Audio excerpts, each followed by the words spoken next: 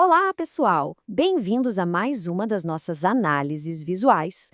Hoje a gente vai mergulhar direto em um dos projetos mais ambiciosos de toda a história da exploração espacial. Vamos entender cada detalhe da arquitetura que não só vai nos levar de volta à Lua, mas também pavimentar o caminho até Marte.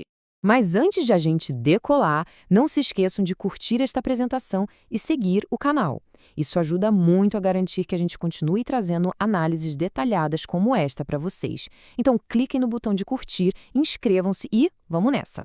O programa Artemis não é só um foguete, sabe? É uma família inteira de sistemas trabalhando em equipe. E tudo começa com a espinha dorsal de toda essa operação, o Space Launch System, ou SLS. É um veículo de lançamento gigantesco, superpotente, feito justamente para tirar a gente da gravidade da Terra e colocar nossos astronautas e equipamentos pesados no caminho certinho para a órbita lunar.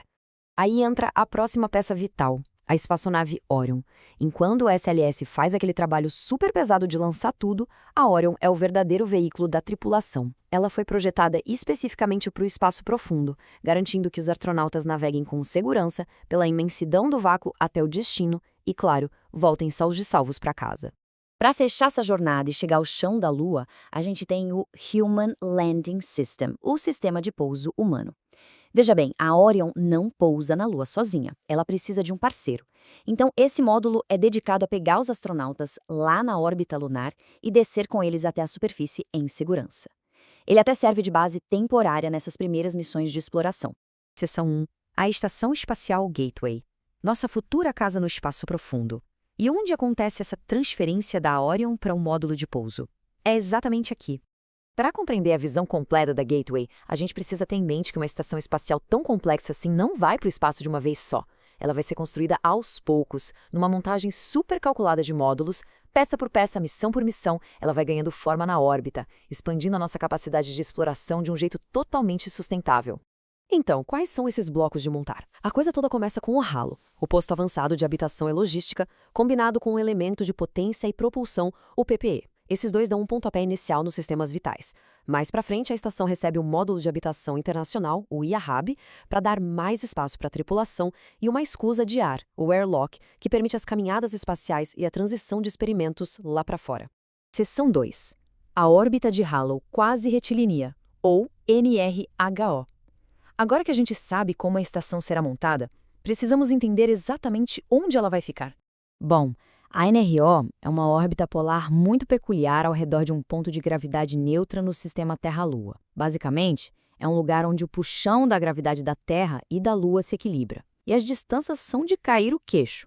No ponto mais perto da Lua, a estação passa a apenas uns 1.500 quilômetros de altitude. Mas no ponto mais distante, ela se afasta até 70 mil quilômetros. Mas por que escolher essa órbita tão alongada, né? Os benefícios estratégicos são múltiplos. Ela garante uma linha de comunicação contínua e sem interrupções com a Terra, e ainda serve como um roteador perfeito para o lado oculto da Lua. Sem falar que é um ponto de partida incrível, fácil de acessar da Terra, excelente para descer para o Polo Sul lunar e, o mais empolgante de tudo, o trampolim ideal para as futuras missões rumo a Marte. Seção 3. A necessidade de autonomia. Porque operar lá no espaço profundo traz alguns desafios bem imprevisíveis. O espaço não perdoa. Diferente da Estação Espacial Internacional, a Gateway vai operar sem tripulação por longos períodos. E manter humanos controlando tudo da Terra o tempo todo é simplesmente impossível devido aos atrasos no sinal e limites de cobertura. A autonomia aqui não é um luxo, é uma exigência. Por isso, os engenheiros criaram o cérebro da estação, o gerenciador de sistemas de veículos da Gateway, ou VSM. É ele que cuida da espaçonave quando não tem ninguém a bordo. E o VSM trabalha pesado.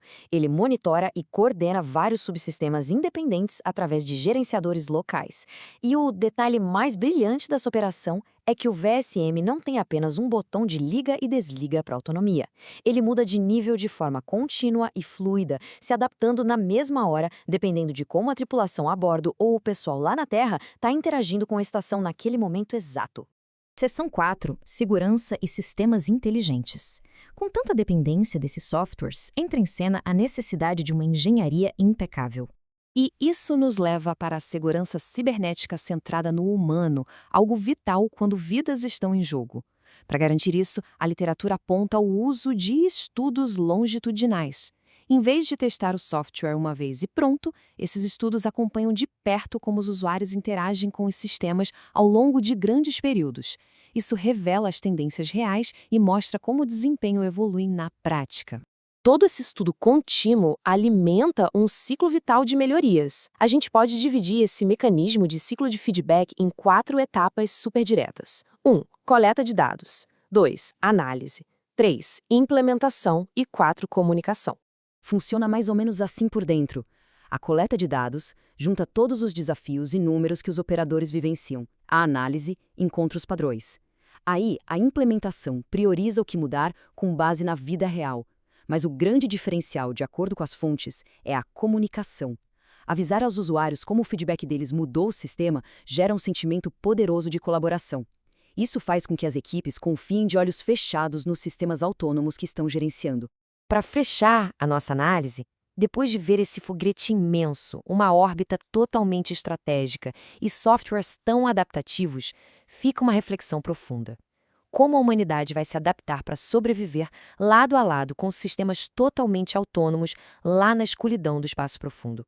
As respostas para essa pergunta é que vão ditar o nosso sucesso entre as estrelas. Muito obrigado por acompanharem, continuem de olho e até o nosso próximo mergulho visual.